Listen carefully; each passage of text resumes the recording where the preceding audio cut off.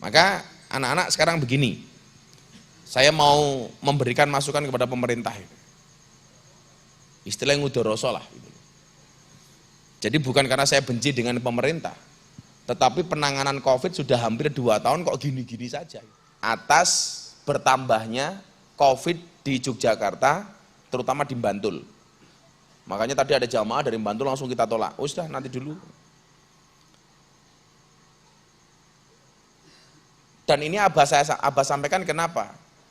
Karena PPKM darurat dengan nutup jalan, itu kan idealnya COVID harus menurun. Maka kenapa saya bilang ini kok PPKM darurat itu belum ada hasilnya. Bukan berarti gagal ya. Nanti Abah ngomong gagal malah diseneni oleh pemerintah. Bukan gagal. Kok belum maksimal. Idealnya PPKM darurat itu apa? COVID-nya menurun, ekonominya bertahan. Nah yang terjadi hari ini apa? COVID-nya tetap naik, ekonominya ambiar. Untung li, Abah karo Bunda ki mampu ngopeni santri sak menembane tiap hari masih bisa makan enak. Betul enggak? Coba kamu bayangkan pondok-pondok lain yang menggratiskan santrinya dan dia tidak punya kemampuan. PPKM enggak pernah dapat sumbangan dari negara. Kira-kira momen dasi apa ora? Momen. Untungnya Abah dan Bunda ini enggak usah disumbang oleh negara, bisa ngopeni kalian. Makanya kalau ada orang teriak-teriak, ini kami negarawan, kami yang ngurusin negara. Nggon dhisik didelok dhisik. Dalam undang-undang disebutkan fakir miskin dan orang tidak mampu dipelihara oleh negara. Harusnya yang memelihara kalian yang nggak mampu-mampu itu negara. Ternyata di Ora Aji, kalian yang harusnya menjadi tanggungan negara ditanggung oleh pondok. Berarti yang menjalankan amanah undang-undang itu siapa? Abah apa orang pemerintah? Abah. Ayo, kalau mau jujur loh ini. Fakir miskin, anak terlantar, orang tidak mampu dipelihara oleh negara. Kalian nemu pondok Ora Aji menggratiskan semuanya.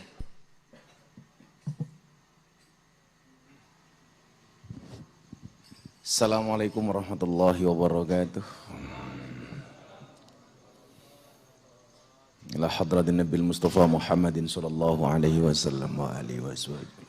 Syaulillahi lahumul fatihah. A'udzubillahi minas. Alhamdulillah rabbil alamin arrahmanir rahim. Shiratal ladzina an'amta 'alaihim ghairil maghdubi 'alaihim. Ila hadratin Nabil Mustafa Muhammadin sallallahu alaihi wasallam. Ila hadratin jamran masyayikhina mu'alimina murabbir ruhina. Syaulillahi lahumul fatihah. A'udzubillahi minas syaitanir rajim. Bismillah. Alhamdulillah rabbil alamin arrahmanir rahim. Shiratal ladzina an'amta 'alaihim. Ila hadratin Nabil Mustafa Muhammadin sallallahu alaihi wasallam. Ila hadratin Ki Hamim Jazuli. Ila hadrati Sibayai Muhammad Hasan Besari wa ila hadrati Ilyas wa ila hadrati Muhammad Besari. Syaulillahi lahumul fatihah. A'udzubillahi minas syaitanir rajim. Bismillah. Alhamdulillah rabbil alamin arrahmanir rahim. Iyyaka na'budu wa iyyaka nasta'in ihdinas siratal mustaqim siratal ladzina. Wa qala ta'ala bismillahirrahmanirrahim. Innallaha malaikatahu yusholluna 'alan nabi. Ya ayyuhalladzina amanu shallu 'alaihi wa sallimu taslima. Shallu 'ala nabi Muhammad. Allahumma shalli salatan kamilatan wa salim salaman tamam ala sayyidina Muhammadin alladhi tanhalu bihil uqadu wa tanfariju bil kurabu wa tuqadu bil hawaiju wa tunalu bihir raghaibu wa husnul khawatimi wa yustasqal ghamamu biwajil karim wa ala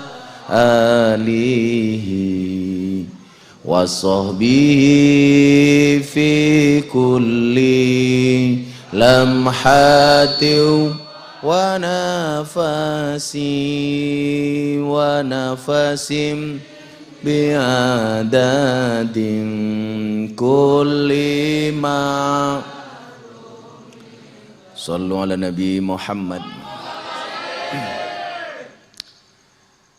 Satu ketika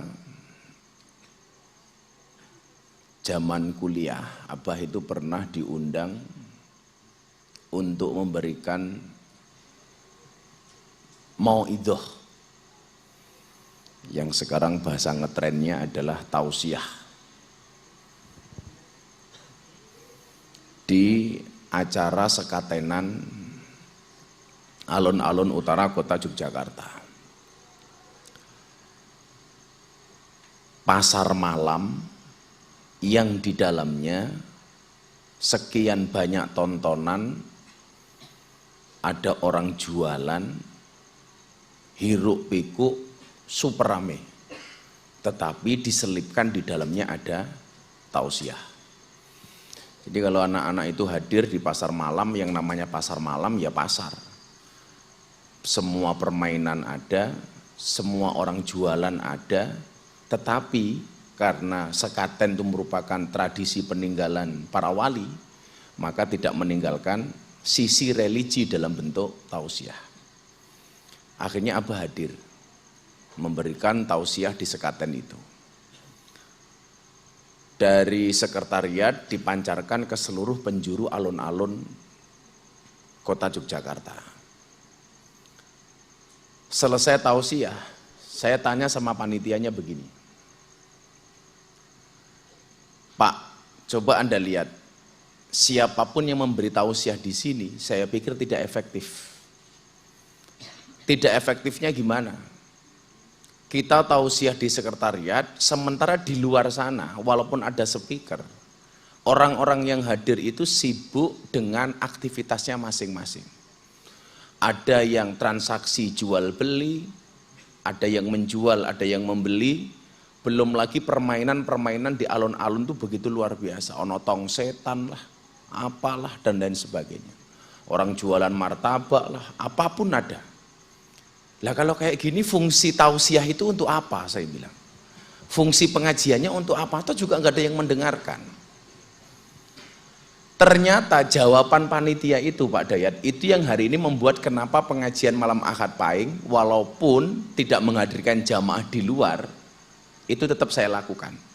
Karena inspirasinya dari tausiah di alun-alun itu. Jawaban panitianya saat itu kepada saya apa? Nyuwun sewu Gus, bapaknya bilang, baik ada yang mendengarkan atau tidak, ada yang nyimak atau tidak, ada yang ngaji atau tidak, tetap tausiah di sekatenan harus ada. Kenapa? Yang pertama, karena ini pertanggungjawaban kami kepada para pendahulu. Karena para pendahulu kami, para wali-wali dahulu sebelum kami, mengajarkan kepada kami apa yang disebut dengan konsistensi, yang dalam bahasa agama namanya istiqomah. Ini mau ada yang mendengarkan atau tidak, ada yang mau nyimak atau tidak, tausiah harus ada di sekaten. Inilah yang namanya istiqomah, beliau bilang. Inilah yang namanya ajab. Terserah orang di luar sana mendengarkan atau tidak, nyambi dodolan, nyambi dagang, apapun itu aktivitasnya, tetapi tausiah ini harus dipertahankan. Nah, itulah alasan kenapa mujahadah malam Ahad Pahing di tengah PPKM darurat ini tetap saya lakukan. Dengan catatan tidak menghadirkan siapapun dari luar sana. Kenapa? Karena disebutkan al-istiqomatu khairum min alfi karomah. Istiqomah itu lebih baik daripada 1000 keramat. Istiqomah itu lebih baik daripada 1000 kemuliaan. Orang mau punya keramat seperti apapun akan kalah dengan orang yang istiqomah. Maka malam hari ini saya sampaikan, PPKM darurat bisa menutup akses darat. PPKM darurat mungkin menutup akses laut. PPKM darurat mungkin menutup akses udara. Tetapi PPKM tidak bisa menutup istiqomah kita bermujahadah kepada Allah Subhanahu wa taala. Lah, beratnya di mana? Tentunya istiqomah itu berat. Makanya kalau kemudian diingat-ingat lagi, amal itu diterima oleh Allah salah satunya adalah yang dilakukan secara konsisten, yang dilakukan secara istiqomah. Innalladzina qalu rabbunallah tsumastaqamu tatanazzalu alaihimul malaikatu alla takhafu wa la tahzanu wa absyiru bil jannati allati kuntum tu'adun. Orang-orang yang senantiasa melakukan segala sesuatunya karena Allah. Qalu rabbunallah tsumastaqamu. Jadi dulu awal mula mujahadah ini kita buat. Pertama kali sekitar 10 atau 11 tahun yang lalu. Ketika saya niat untuk membuat mujahadah ini, saya sampaikan, apapun kondisinya mujahadah ini tidak akan pernah berhenti. Apapun situasinya tidak pernah berhenti, tentunya dengan catatan-catatan. Umpamane ini karena darurat PPKM, catatannya apa? Jamaah dari luar tidak kita izinkan, tetapi bisa menikmati melalui tayangan YouTube. Jadi saya mohon maaf kalau tadi ada jamaah yang datang terpaksa oleh para santri disuruh putar balik. Kenapa? Karena kita konsisten, mujahadah tetap jalan, tetapi ketaatan kepada pemerintah juga kita lakukan. Karena dalam sejarah Ahlussunnah wal Jamaah tidak ada istilah pembangkangan kepada pemerintah. Jadi kalau ada orang membangkang dengan pemerintah, jelas dia bukan golongan Ahlussunnah wal Jamaah. Makanya mungkin ini mujahadah paling sepi yang pernah ada dalam sejarah Ahad Pahing. Tapi saya bangga, kenapa? Karena ada konsistensi. Makanya malam hari ini Abah akan mengkaji satu hal. Sebenarnya yang dilakukan oleh pemerintah hari ini untuk mengatasi COVID itu termasuk rojak apa tamani? Termasuk harapan yang diberikan kepada rakyat atau hanya sekedar angan-angan? Ini saya sampaikan bukan atas dasar kebencian saya terhadap pemerintah, tapi justru atas nama kecintaan saya kepada pemerintah. Bahwa yang you lakukan, wahai pemerintah, ini sebenarnya ada rojak harapan bagi kami para rakyat dengan apa yang kamu lakukan, atau hanya sekedar umniyah. Umniyah itu apa? Tamani. Tamani itu artinya apa? Angan-angan. Santri bisa nggak membedakan antara rojak dengan tamani? Apa itu harapan? Apa itu angan-angan?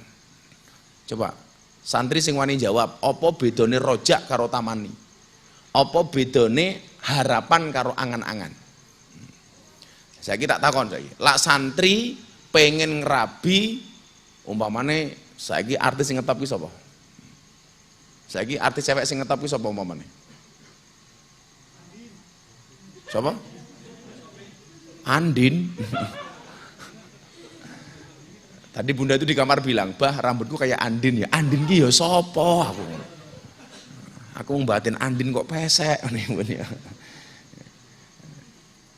Saya itu nggak tahu Andin ikatan cinta itu apa, nggak paham. Saya kira apa? Artis yang paling ngetop siapa? Siapa bun? Lucinta Luna. Wah.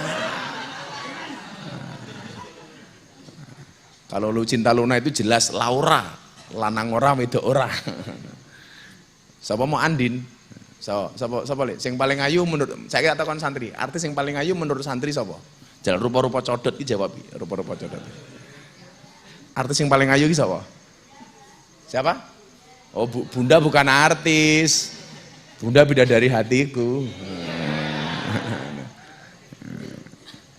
Artis siapa le? Rasa Isin siapa? Menurutmu yang paling ayu siapa?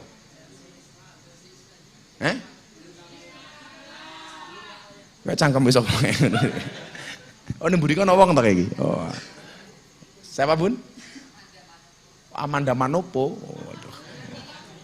Oh, Andin itu. Saya umpamane iki, umpamane. Umpamane saya kasih contoh. Lak Faiz pengen ngerabi Amanda Manopo itu harapan apa angan-angan? Nah.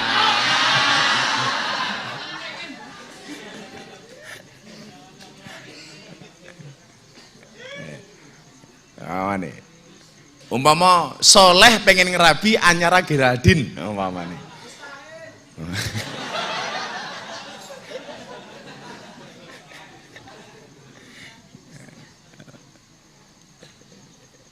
Gak ada yang mustahil ya Leh. Kalau itu jelas gak mustahil, ngimpi. Itu kira-kira harapan apa angan-angan? Angan-angan. Yang dilarang oleh agama itu roja apa tamani? Angan-angan apa harapan?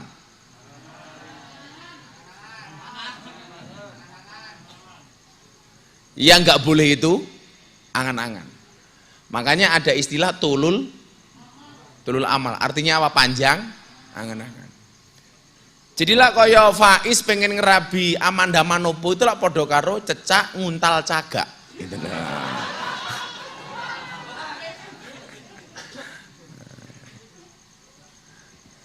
Lah Faiz pilih mana? Pilih Amanda Manopo apa Imada? Oh, Imada.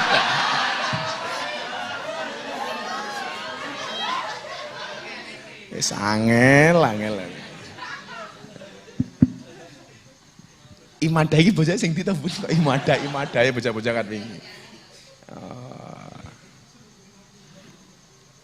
Tapi Allah itu Maha Adil loh. Faiz itu harus tahu. Allah itu Maha Adil, Soleh itu harus tahu. Allah itu Maha Adil. Anaknya Nabi Adam itu kan dikawin silang. Karena keadilan Allah. Jadi yang laki-laki cakep dinikahkan dengan cewek yang jelek. Kalau laki-lakinya jelek, ceweknya cakep. Kan kayak Soleh, Faiz ini kan wajahnya jelek toh. Insya Allah istrinya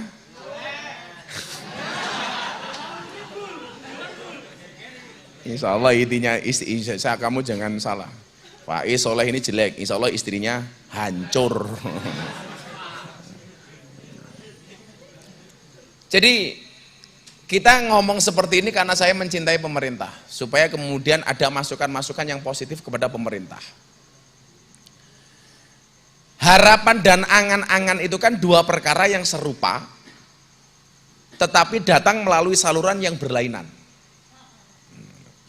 Jadi apa? Dua perkara yang serupa, tetapi datang melalui saluran yang berlainan. Karena salurannya berlainan, lalu meninggalkan kesan yang berbeda. Saya ulangi. Harapan dan angan-angan adalah dua perkara yang serupa, tetapi datang melalui saluran yang berlainan, lalu meninggalkan kesan yang berbeda.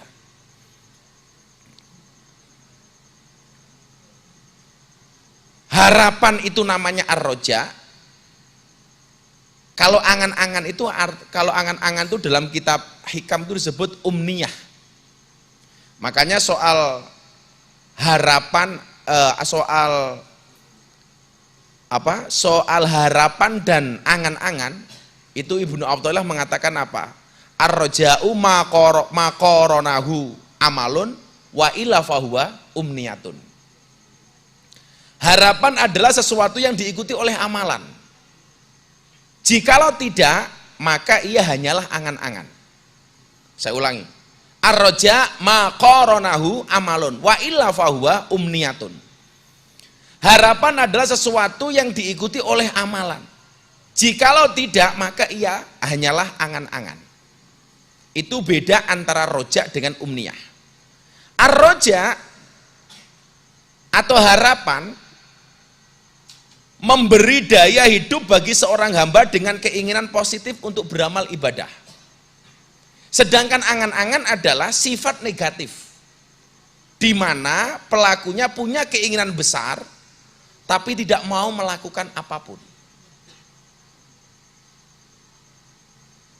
Cara paling gampang begini, kamu pengen menjadi santri yang alim, tetapi tidak mau mengikuti peraturan pondok, tidak mau belajar, tidak mau disiplin.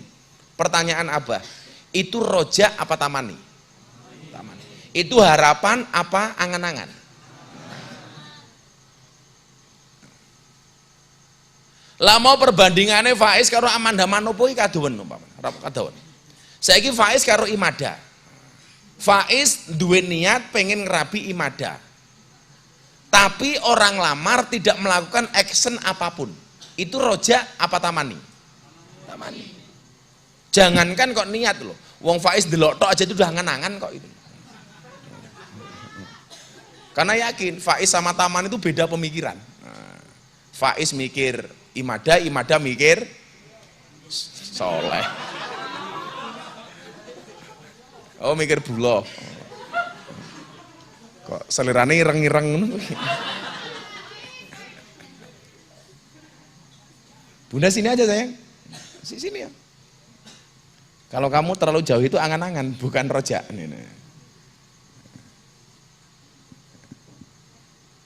Iki mungkin santri nggak ada suguhan toh? Nggak ada. Oh nanti makan. Santri itu kan mujahadah sama makannya, pilih makannya Bun.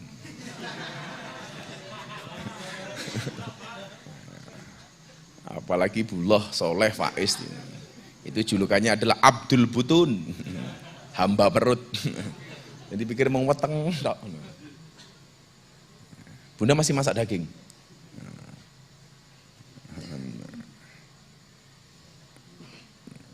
Jadi kalau orang punya keinginan besar tapi tidak melakukan apa yang diinginkannya, tidak melakukan apapun, itu jadinya hanya lebih seperti mimpi atau lamunan saja. Nah, kalau santri punya harapan pengen menjadi pinter, santri harapan pengen jadi kiai, sementara dia tidak melakukan disiplin ilmu, tidak patuh kepada petunjuk guru, wancine ngaji mung turu, diajak ngaji ra gelem, diajak sinau malah turu, ustate teko ditinggal lunga. Gaweane mung turu tok. Begitu tangi turu, bikin status di WA. Akan indah pada waktunya. Ngono ki santri ngono ki ya ono ngono ki. Oh, jamet. Jamet itu yang mana jamet itu? Met? Kamu anak mana, Met? Kenapa? Oh, Solo. Oh, Solo. Kok rupamu rupa-rupa Arab ngono? Arab cemas. Kamu punya keturunan Arab, Met? Oh, Madura. Madura. Ciri khas Madura itu satu, ngeyelan. Teman-teman Abah Madura kan banyak, ngeyel toh. Jadi ada orang Madura beli mobil VW dari Jogja dibawa ke Madura.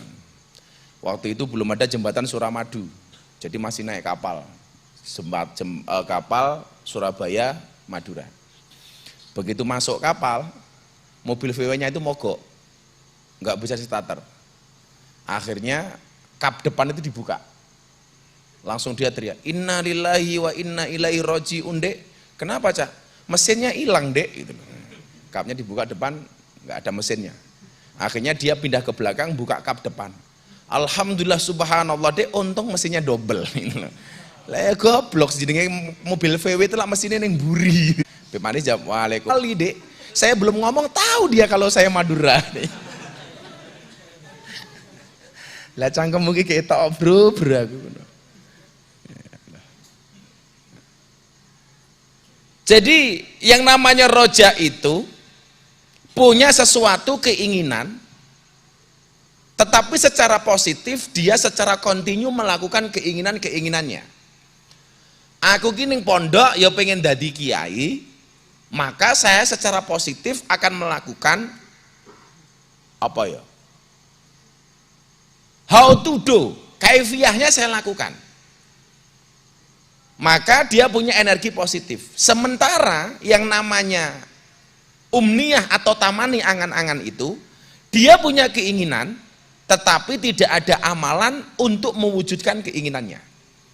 Pengen sugih tapi ragilem usaha. Pengen urip kepenak, pengen mangan enak tapi ragilem nyambut gawe. Lah ini penyakit. Itu namanya tulul amal. Itu jelas itu bagian dari umniyah. Bagian dari tamani. Maka orang-orang yang berakal harus menggunakan akalnya. Dia harus introspeksi, harus bermuhasabah. Hasibu qabla an tuhasabu. Ittaqullah wal tangdur nafsu ma qaddamat lighad. Lah kira-kira aku kaya ngene iki iso dadi kiai apa ora ya? Maka dari dulu introspeksinya Abah itu keberatan kalau Abah dipanggil kiai. Proses kalian di pondok itu proses belajar.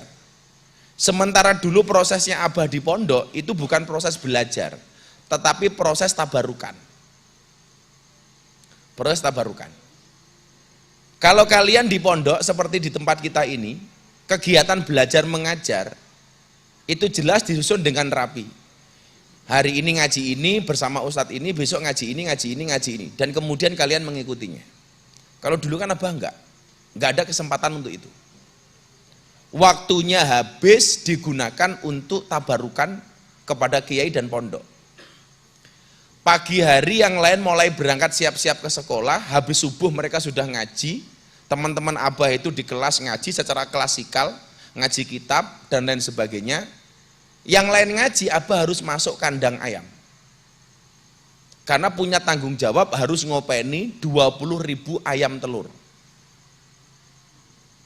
Siang hari, kalau masuk sekolah pasti Abah terlambat. Karena harus punya tanggung jawab kandang. Siang hari, yang lain istirahat makan siang, Abah harus kembali ke kandang. Karena ayam telur itu sehari makan 2 kali, pagi dan siang. Sore hari habis asar, yang lain istirahat atau olahraga atau ngaji, Abah kembali ke kandang. Kalau pagi makan pitik, siang makan pitik, kalau sore itu 2 kemungkinan. Ngambil telur ayam atau nimpal telek ayam. Habis maghrib sampai habis isya, yang lain kembali sekolah klasikal di pondok, Abah nggak ada jadwal untuk itu. Yang dilakukan apa? Tabarukan di dalam kiai. Dulu yang namanya santri dalam itu yang ngurusin dalam tok. Makanya Abah nggak mau kalau di sini seperti itu. Nggak ada kesempatan. Karena kebetulan kiainya sangat dekat dengan Abah. Jadi semua aktivitas di pondok, di rumah dalam itu yang suruh handle itu Abah. Dulu belum ada sanyo. Jadi kalau kiai mau mandi itu harus nimbak ke kiai, di jeding, ngisi jeding. Yang kita lakukan apa? Membersihkan kamar mandi kiai, ngeresiki jeding, kemudian ngisi jeding dengan air untuk mandi. Air untuk mandi. Habis isya, dalam kiai banyak tamu.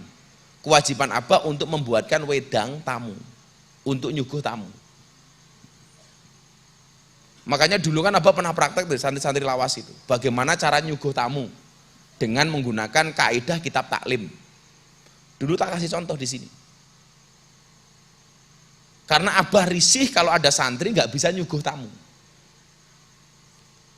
Abah ngetawain santri yang membuat kopi sampai kopinya bludak-bludak.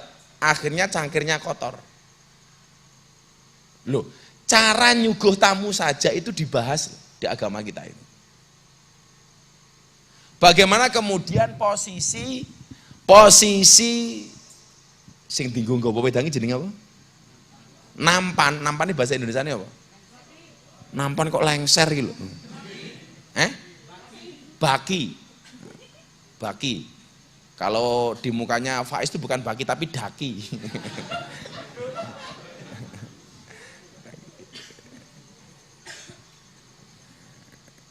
Ya Faiz itu harus kita bully terus supaya dia semangat untuk hidup sehat. Stroke cangkemmu mana stroke ini.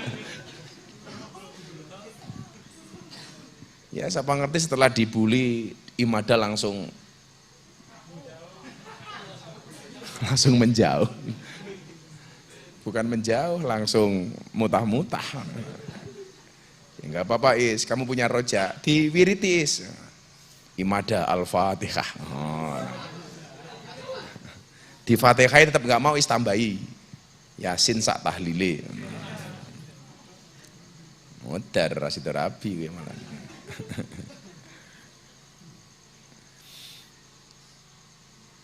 Jadi posisi orang bawa makanan dan minuman itu yang benar, iki santri sing biasa nyuguh wedang. Posisi nggawa minuman di atas baki, di atas nampan, di atas lengser. Itu posisinya di bawah mulut atau di atas mata. Ayo, katakan. Posisinya begini. Oh, ngene kae, kaya bocah-bocah sing radong kuwi, ngene iki atau begini. Posisinya itu begini, apa begini? Di atas apa di bawah? Apa nutupi moto?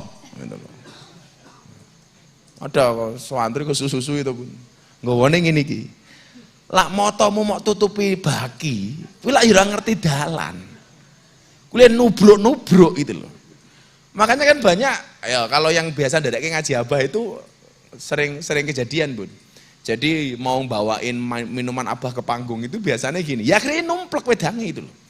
Karena apa? Karena posisi baginya itu nutupi moto. Jadi begini ini, lah ngene iki lak madeloke mung bagine tok itu loh. So, malah ketumplaan kopi matamu lah malah repot gitu loh. Jadi posisinya itu seharusnya di atas mata. Fungsinya apa? Aku mbiyen ngono ki diajari kok. Sing ngajari abah dulu kayak gitu itu almarhumah Ibu Siti Maskuroh. Istrinya ayah, istrinya Kiai Sudi Mubarok. Jadi saya diajari sama beliau. Caranya nggawe wedang ini loh. Fungsinya apa? Fungsinya itu kenapa baki atau nampan ini berada di atas mata? Satu, supaya pandangan kamu kepada jalan itu tidak tertutup dengan baki. Yang kedua, makanan dan minuman ini kalau di atas mata nggak di bawah mulut, kui ora kelebus karo cangkemmu. Gitu. Kalau kamu nggawane ngene nggih kopine ra ditutup. Kowe nggawa kopine apa nyuguhi ngene. Ndelah nganggo wahing barang. Wah, nganggo ngeces. Wah. Ya berarti lah abah mau berkahi cangkemmu to kuwi gitu loh. Wis ora bener ngono kuwi. Dulu ngono kuwi diajari kayak gitu. Cara nggawe wedang. Cara nyuguh tamu ngono. Lah santri-santri saiki ora. Lah ana tamu itu malah fokusnya itu bukan bagaimana nggawe wedang, bukan bagaimana nyuguh. Ngenteni turane tamu. Makanya pisang sak tundun ning pendopo ya hilang gitu. Jadi malam takbiran ada pisang ning kene sak tundun. Siangnya bunda pengen makan, ora ono satu pun gitu. Diuntal codot-codot kuyan itu. Ini jamet apa buloh gitu.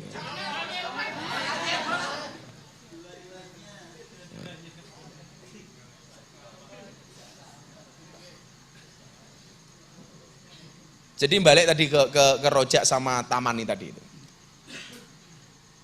Ketika orang mempunyai rojak, dia punya harapan, maka dia akan senantiasa menggunakan akalnya untuk mengevaluasi apa yang telah diperbuatnya.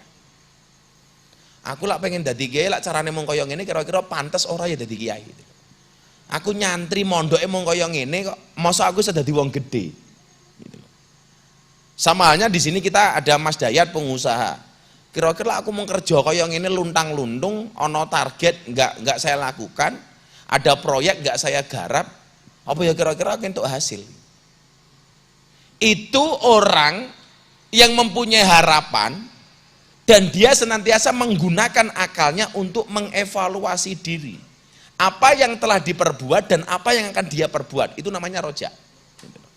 Sementara orang yang tamani itu, orang yang mempunyai angan-angan tapi nggak pernah melakukan itu, senantiasa memperturutkan hawa nafsunya dan menggantungkan diri kepada angan-angannya tanpa arah yang jelas alias kosong.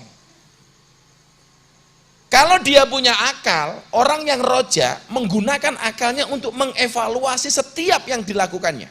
Sementara orang yang tamani atau yang mempunyai angan-angan, dia hanya memperturuti hawa nafsunya. Alas, ngene sok nek dadine wancine dadi kiai. Rasa ngaji, aku sok mulih ning kampung wis paling pinter. Wong ana kalane lho, Bun, ning pondok iki goblok, tapi mulih kok pinter dhewe. Soalnya apa? Ndelah sak desa ora ana sing mondok. Contohnya sapa? Soleh gitu loh. Soleh iki ning desane dadi kiai. Kuwi lak ning pondok, nek lak ning desane wis ruane Al Mukarram. Jadi begitu ning kampungnya soleh panggilan Sohibul Fadilah wal Karamah wal Maksiyah.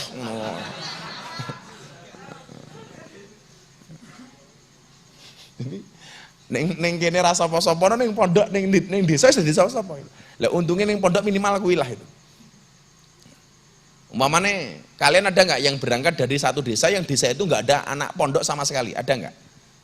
Di desa kalian nggak ada santri sama sekali, honora? Ada nggak? Faiz, wow, potensi ya minimal jadi moden lah gitu loh. Jadi moden itu. Makanya anak-anak yang punya kemampuan seperti itu ya minimal harus disupport. Makanya kayak Amri itu support sistemnya banyak. Untuk bapak angkat minimal telu. Ono Soleh, ono Alingka, ono Fonda gitu loh. Di Amri ono Amri. Kenapa? Puyeng. Oh boyong. Oh wis minggat toh. Oh. Yus. Berarti Soleh kayak apa sih? Pesek kelangan anak ini. Loh korban kemarin udah nggak ada toh? Wah, berarti pesek berduka.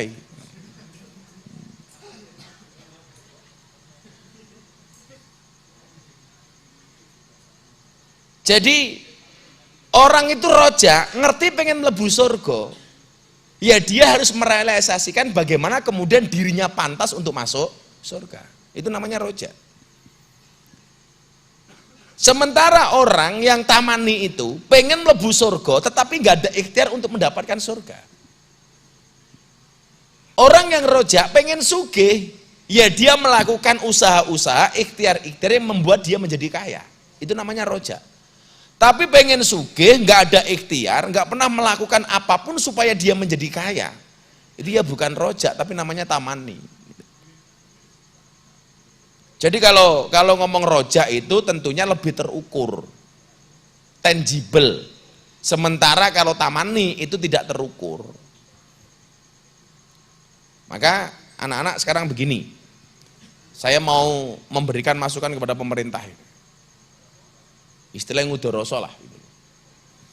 Jadi bukan karena saya benci dengan pemerintah, tetapi penanganan COVID sudah hampir 2 tahun kok gini-gini saja. Gitu. Nah, semalam lucu lagi, saya diskusi itu. Apakah orang mati itu masih bisa menularkan COVID? Apakah menularkan COVID? Kalau pemahaman secara umum orang mati masih bisa menularkan COVID apa enggak? Masih, makanya menguburkannya menggunakan protokol kesehatan, menggunakan APD, alat pelindung diri, ya. Tapi ada yang ngeyel, enggak Gus, orang mati itu sudah tidak bisa menularkan COVID. Alasan kamu apa? Alasannya masuk akal ya Pak Dayat. Alasanmu apa? Kamu mengatakan COVID, orang mati tidak bisa menularkan COVID. Penularan COVID itu kan melalui droplet, dia bilang. Droplet itu apa? Droplet itu apa? Nyiprati air liur, apa idu, utawa ngidoni, droplet. Nah, orang mati itu kan sudah tidak bisa meludah. Berarti orang mati tidak menularkan COVID. Aku mikir kok cangkeme iki lucu menurut saya aku. Loh, katanya penularan COVID itu menggunakan droplet. Droplet itu nyiprati air liur. Sing bocah santri lah ngomong cangkeme ngupru sampai metu idune sapa? Jadi lah ngomong ngetubrus sampai cangkeme metu idune. Itulah alasan kenapa kalian harus pakai masker. Supaya lah kancamu iki ngomong ngetubrus ana idune cangkemmu ora kecipratan, gitu loh. Ora kecipratan. Lah, saya meyakini Gus, apa? Orang mati itu tidak bisa menularkan COVID. Kenapa? Karena wong mati ora iso itu. Aku lagi guyu aku. Oh, bosok iki logikane iki lho. Tapi bener ya. Engko wong mati itu ya malah melayu sing ngopeni. Jadi gini, mudharasa saya begini. Ini saya baca secara komplit. Saya komplit. Ya mudah-mudahan dirungokke karo pemerintah lah, karena saya mencintai pemerintahin. Lah mosok wis meh 2 tahun, duit triliunan, ora rampung-rampung.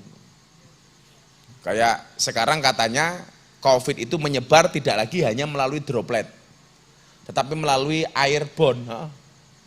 Melalui udara itu namanya apa? Airborne ya.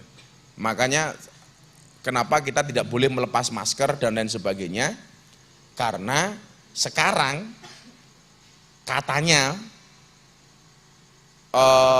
Delta itu yang dari India itu, mutasi corona menjadi model Delta itu menyebarnya melalui udara.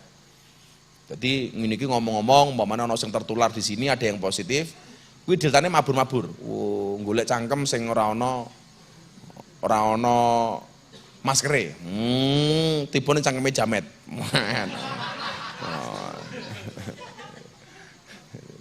Katanya seperti itu. Pokoknya awakmu nggo masker lah. Maskermu mana, Met?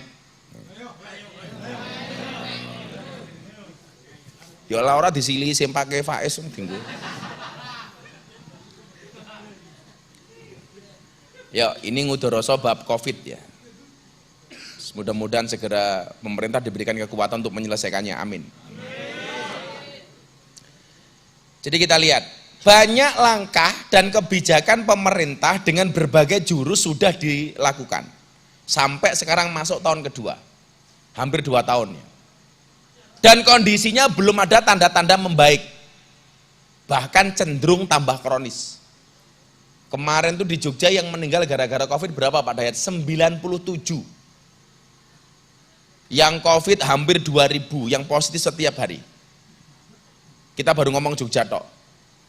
Besok sore itu Abah 4:30 itu ada rapat terbatas dengan Pak Menteri Perhubungan dengan teman-teman Muhammadiyah, tokoh agama dari NU. Abah diminta untuk memberikan masukan dan teman-teman dari Muhammadiyah atas bertambahnya COVID di Yogyakarta, terutama di Bantul.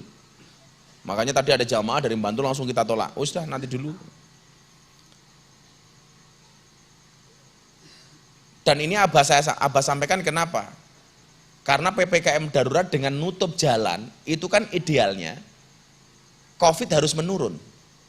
Maka kenapa saya bilang ini kok PPKM darurat itu belum ada hasilnya. Bukan berarti gagal ya.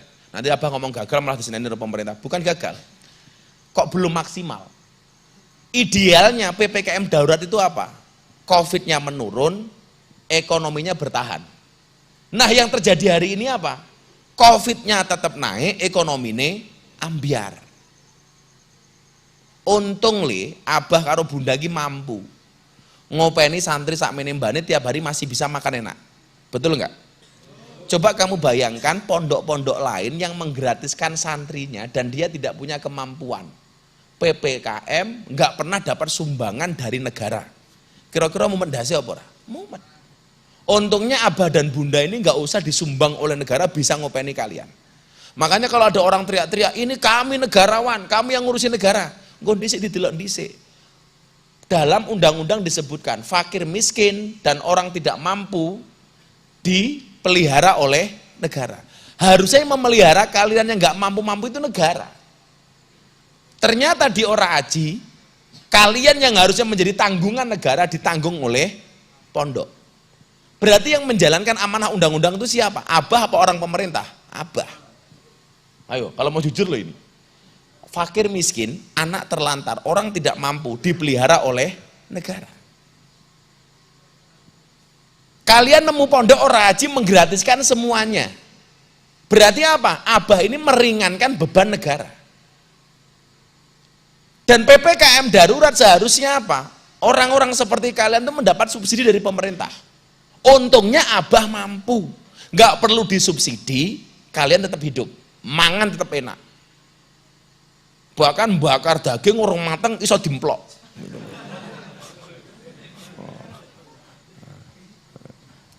Ning kene iki enak kowe li. Ora iso masak wis dimasake bunda. Abah dulu di masjid tinggal 4 tahun. Wancine korban ki nangis. Abah tinggal di masjid, masjidnya nggak ada dapur. Nggak ada orang kampung yang ngasih makan. Dikasih bagian daging 1 kresek. Sementara nggak ada dapur, masakin neng di. Dan nggak ada yang nawari makan. Akhirnya dagingnya abah kasih abang becak.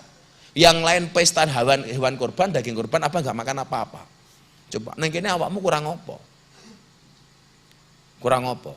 Sehari kalian makan daging terus itu. Makanya saya pengen memberikan masukan ngudoroso saya ini hari ini mudah-mudahan didengarkan oleh pemerintah. Sudah masuk tahun kedua nggak ada tanda-tanda itu membaik. Bahkan berdampak pada berbagai sektor. Yang pengen Abah sampaikan apa? Bukan saatnya saling menyalahkan dan saling menghujat. Namun seharusnya para pakar kesehatan, pemerintah, birokrat, serta pihak yang berkompeten duduk bersama. Hilangkan ego sektoral masing-masing. Abah kemarin kan posting begitu PPKM darurat oleh Pak Jokowi, beritanya langsung tak posting di Instagram. Tak kasih judul PPKM. Patuhi presiden ketimbang Menko. Kenapa Abah ngomong seperti itu? Sebelumnya Menko ngomong PPKM akan diperpanjang sampai awal Agustus. Ternyata setelah Pak Jokowi mengeluarkan keputusan hanya diperpanjang sampai tanggal 25. Dengan kemungkinan dilonggarkan melalui tanggal 26. Berarti besok ini hari PPKM darurat terakhir. Kalau memang kemudian baik akan dilonggarkan. Walaupun katanya mau dibuat istilah beda, bukan PPKM darurat, tapi PPKM level 1 dan level 4. Berarti besok nggak ada bedanya PPKM dengan geprek. Jadi geprek level 1, level 2, level 3, level 4. Jadi PPKM diperpanjang. Jadi kalau hasilnya sama, kemungkinan akan diadakan adu penalti.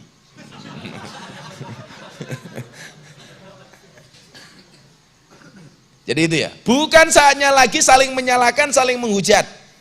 Namun seharusnya pemerintah menghilangkan ego sektoral masing-masing, ego sektoral antar lembaga untuk bahu-membahu mengatasi COVID-19. Ayo, libatkan orang-orang yang kompeten. Yang menjadi pertanyaan kan sekarang begini, katanya Mas Anang itu menggunakan vaksin Nusantara punya Dokter Terawan. Anaknya sing ragil yang ngefans banget sama Abah itu, kalau ditanya Arsi, kamu pengen jadi Arsa, kamu pengen jadi apa? Saya pengen jadi Gus Miftah. Anaknya Mas Anang ragil itu, si Arsa itu, kalau ditanya kamu pengen jadi apa besok kalau besar? Pengen jadi Gus Miftah. Itu kemarin dia positif, tapi dikeloni sama Mas Anang dan lain sebagainya. Mas Anang nggak tertular. Kemudian Mas Anang menduga apa ini karena hebatnya vaksin Nusantara itu. Terlepas dari persaingan bisnis lah. Abah berharap, ayo lakukan evaluasi dan mengkaji beberapa kebijakan-kebijakan yang sudah tidak relevan. Bukan lagi gengsi. Kurangi sikap sombong, karena kesombongan seorang pimpinan publik akan berakibat sulitnya keluar dari masalah. Pimpinan harus cerdas, harus smart, rendah hati, dan bekerja keras. Pasti akan punya inovasi dan langkah kebijakan yang brilian. Apa muncul pertanyaan-pertanyaan begini. Yang pertama, apakah pembatasan aktivitas menjamin memutus mata rantai COVID? Nyatanya sekarang sudah penyekatan, sudah dibatasi, COVID tetap tinggi.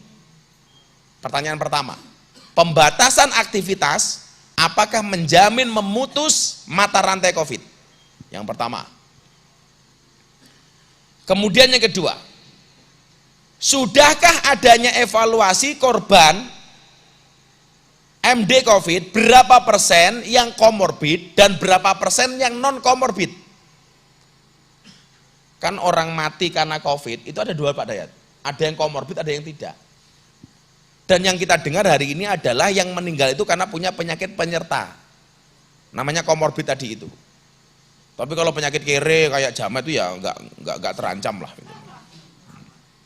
Lah wong kere kayak Jamet itu malah insya Allah malah aman. Soalnya Covid-nya mesake met ndelok rupamu.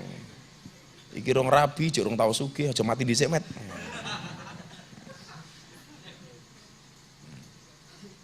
Sing nyenengi Covid, sing nyenengi si Faiz, adalah Imada rabine karo Jamet. Wah, kuwi Faiz dendam banget tau kuwi. Santet pemet. Tetep ganteng kowe ya, Is. Oh, cangkemmu. Ganteng. Ganteng Faiz, lak sing delok wong kira.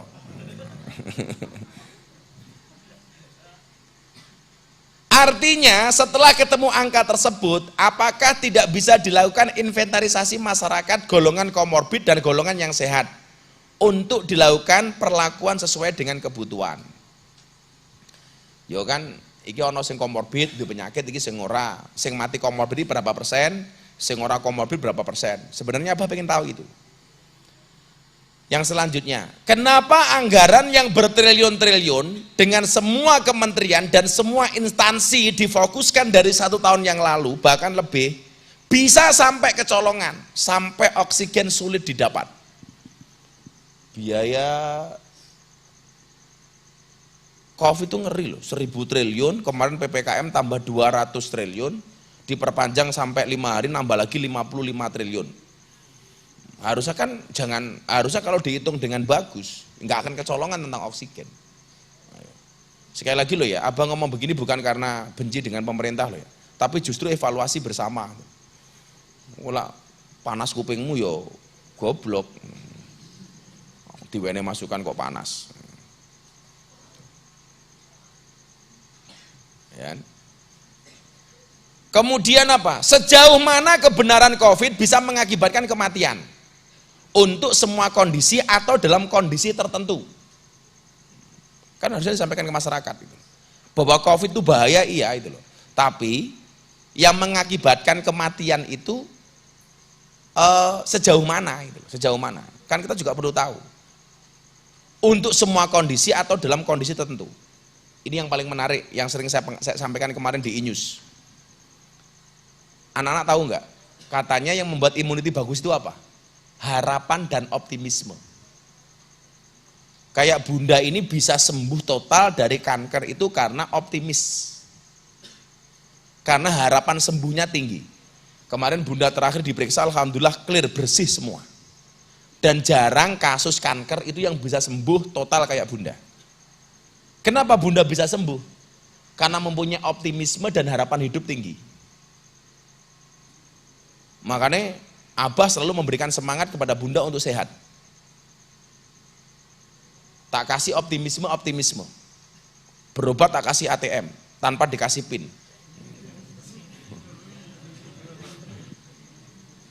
Bun, pantesan panas, ono kipas ra diurip kok goblok santri. Kipas malah kok nyawang mau ngaji lho. Berarti sing masang jamet iki. Jadi yang keenam apa? Saya sampaikan. Soal teori semangat dan keoptimisan merupakan 50% memperkuat imunitas. Apakah hal ini benar? Kenapa pemberitaan dan kebijakan pemerintah tidak memfokuskan dalam memberikan harapan dan semangat hidup, namun seolah-olah mengekang dan membatasi ruang gerak, sehingga perasaan terkekang dan tidak bisa beraktivitas, justru itu akan menurunkan imunitas. Coba santri-santri sekarang nggak usah posting yang mati sekian, yang positif sekian, usah wis. Yang diposting yang sembuh saja. Kalau santri punya medsos, kamu mau posting, yang diposting tolong yang sembuh saja. Kalau tiap hari yang dipotong ambulan wangwing, sing mati sekian dengan bahasa-bahasa seperti itu kira-kira menurunkan imun atau menaikkan imun? Menurunkan. Sing diposting sing nyeneng-nyeneng ke wae lah itu. Kalau kamu nggak bisa buat konten yang berkualitas, minimal jangan membuat konten yang menyedihkan. Apa tak gawe lomba ya? Kalian semuanya punya Instagram toh? Ini tak gawe lomba. Setiap bulan mau Abah kasih hadiah. 1 bulan nanti akan dinilai sama Mas Pesek dan kawan-kawan postingan santri yang kontennya paling bagus, tak kasih hadiah. Mbuh itu lucu, mbuh itu berkualitas. Kayak lucu itu Abah dulu bangunin Mas sopo ke sahur ke tak antem lengser ke sopo ke men. Rohman, itu lucu itu. Kayak ini anak santri kemulan sarung ke sopo kayak gitu. Santri lek ngaji malah kemulan sarung kaya pocong. Kamu menungso apa demit kamu kata ya. Jadi kalau memang imun itu bisa naik gara-gara optimisme dan harapan, harusnya santri-santri mengkampanyekan harapan hidup lebih tinggi, mengkampanyekan optimisme. Dan TV-TV, medsos itu harusnya seperti itu. Kita semuanya mempunyai harapan. Pemerintah bisa menyikapi COVID dengan upaya bersahabat dengan virus tersebut. Jangan batasi dan larang masyarakat beraktivitas. Namun penggunaan alat pencegahan tetap dilakukan dengan baik. Tetap menggunakan masker, tetap jaga jarak, jaga kebersihan. Optimalkan fungsi APA dan Satpol PP untuk mengontrol dan menindak bagi yang tidak taat prokes. Walaupun hari ini kita banyak disuguhi berita Satpol PP over. Nutup warung, sate ini digowo. Yang perlu ditindak itu kerumunannya bukan penjualnya. Selama dia berjualan, ya toh, tidak melebihi batas waktu yang ditentukan, ya harusnya boleh toh. Kan undang-undangnya katakanlah nutup warung jam 9 umpamanya, jam 9. Kalau dia masih jualan sebelum jam 9 boleh dengan catatan take away, tidak boleh dine in, tidak boleh berkerumun dan lain sebagainya. Kan yang terjadi sekarang enggak, arogan banget. Yang ditindak itu harusnya orang yang tidak prokes, yang menyalahi prokes. Lah saiki wong dodolan pecel lele yo. Jam 5 buka. Nembe pasang tenda, pasang meja, pasang kompor. Jam 6 nembe rampung. Jam 6 sholat maghrib, bar maghrib baru dodolan. Jam 8 kon tutup. Kuwi piye jal? Kuwi ge entuk apa jal wong bakul kaya ngono kuwi? Kuwi padha karo mung absen tok to. Lah, harusnya apa? Ya tetap beraktivitas, tetapi prokesnya menurut Abah ini perlu dijalankan. Sing bakul ya kudu nutup cangkem dan lain sebagainya.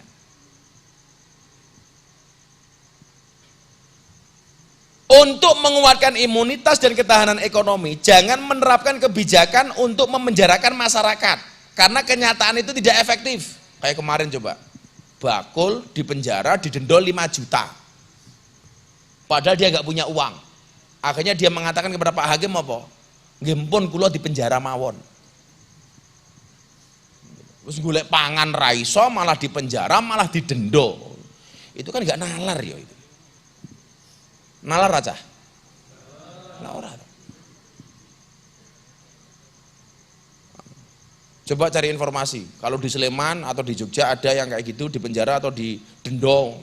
Apa sih yang bayar dendong nih? Kalau dihukum mau apa nih? Ini gara-gara jualan, di dendong dia nggak kuat bayar, padahal hanya makan sehari, jualan sehari, habis dimakan sehari kok di dendong gitu. Lah informasi ini Jono dibayar nih, yang bayar pondok, mesake men itu, nggak nalar. Jadi kalau cuman sekedar memenjarakan itu ya ora efektif toh.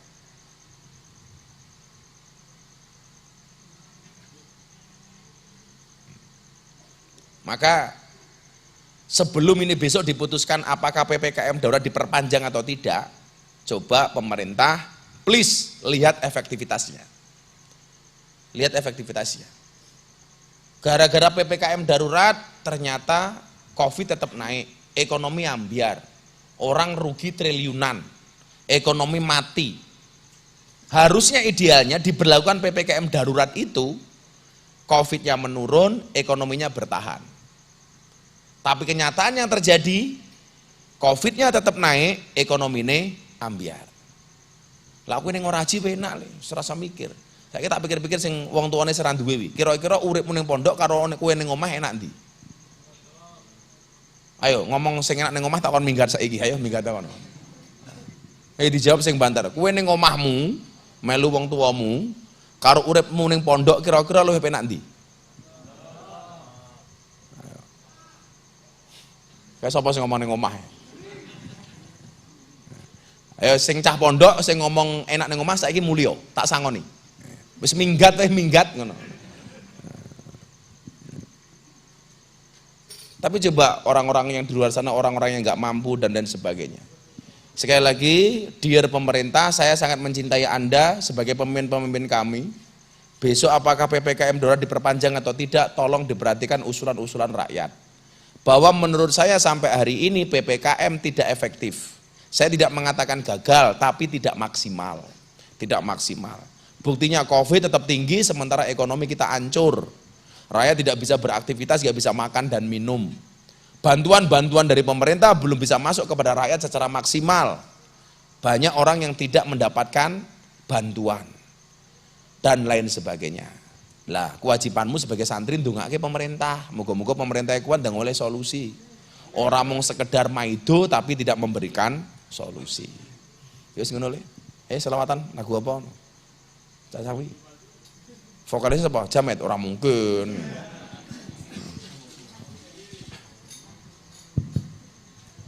Sallallahu alaihi Nabi Muhammad. Sekali lagi ya, ini kepada yang nonton di YouTube, ini yang hadir hanya anak-anak pondok, tidak ada orang luar. Tidak orang luar. Ya paling orang luar ki ya sapa? Beda sepeda wi. Tak sepeda ra niat ngaji menggolek mangan. Padahal bunda ra masak, mudar. Mulih. Allahumma salli wa sallim ala sayyidina Muhammadin adada ma fi ilmillah. Allahumma salli wa sallim ala sayyidina Muhammadin adada ma fi ilmillah. Ya salatan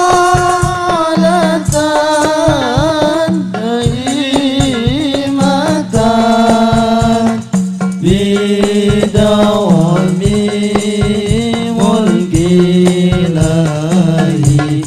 Salatan daimatan bidawami mulkilahi.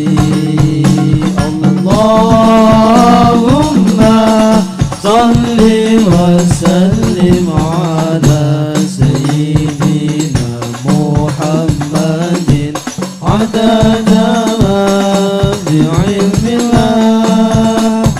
Salatan daimatan bidawami mulkilahi. Salatan daimatan bidawami mulkilahi. Sluku bato illa siramu menyang solo le oleh payung muto. Suku bato illa siramu menyang solo le oleh payung muto.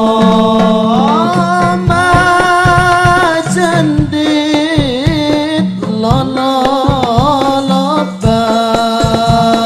wong mati ora obah. Yen obah meteni bocah, yen urip ayo ngibadah. Allahumma salli wa sallim ala sayyidina Muhammadin